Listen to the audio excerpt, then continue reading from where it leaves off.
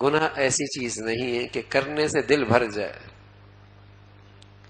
خارش کرنے سے خارش سے دل بھرتا نہیں ہے، اور تیز خواہش پیدا ہوتی ہے خارش کی.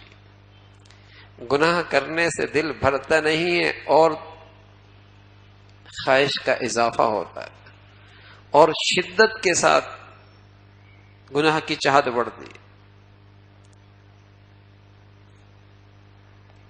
خارش کرنے والا خارش کر لے تو کیا وہ اس کی چاہت ختم ہو جاتی ہے؟ خارش ختم ہو جاتی ہے. اس کا تقاضا پہلے سے زیادہ زور سے آتا ہے. اسے فریب دیتا ہے کہ کر لے گناہ، حسرت نہ رہے گی، پھر نیک بن جانا، پھر نیک بن جانا.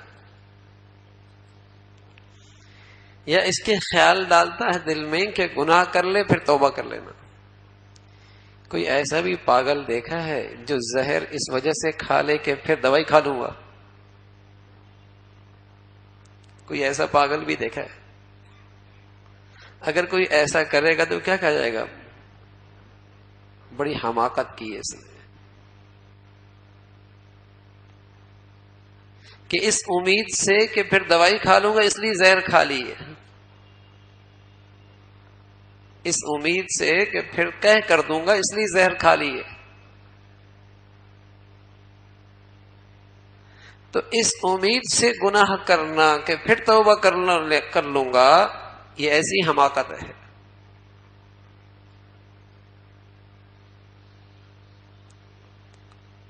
حضرت مفتی شفیع صاحب رحمۃ اللہ علیہ کے بارے میں لکھا، آپ نے بچھو کا عمل سیکھا تھا کہ اس کی زہر کیسے اتارا جائے.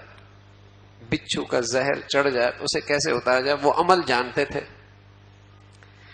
تو فرمانے لگے کوئی ایسا بھی ہوتا ہے کہ عمل جانتا ہوں اس لیے ذرا بچھو مجھے ڈس لے. پھر ایک سبق آموز اپنا واقعہ ذکر فرمایا.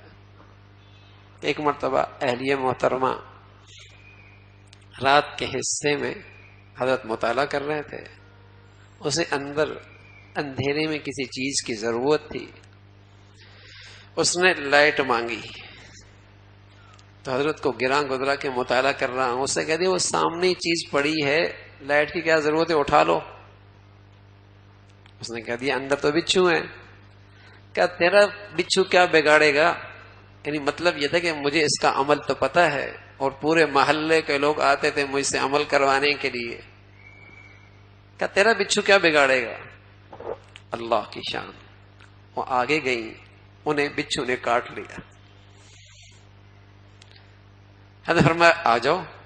فرمایا میں نے ساری کوششیں کر لی اور سینکڑوں مرتبہ کا تجربہ رہا ہے کہ زہر اتر جایا کرتا تھا، لیکن یہاں اترنے کا نام نہیں لے رہا.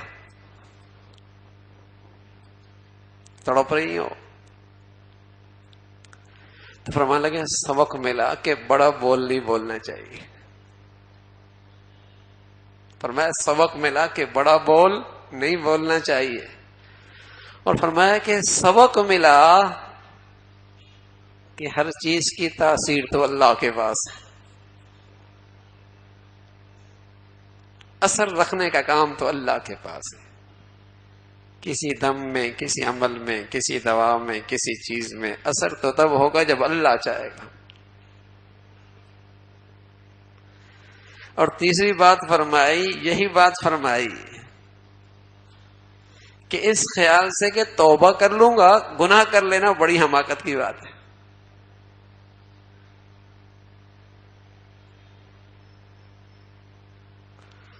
تو توبہ کی توفیق بھی تو اللہ کی طرف سے ہوتی ہے.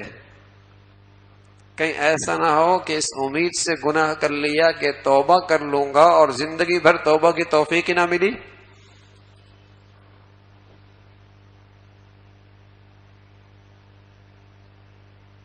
زندگی بھر توبہ کی توفیق نہ ملی.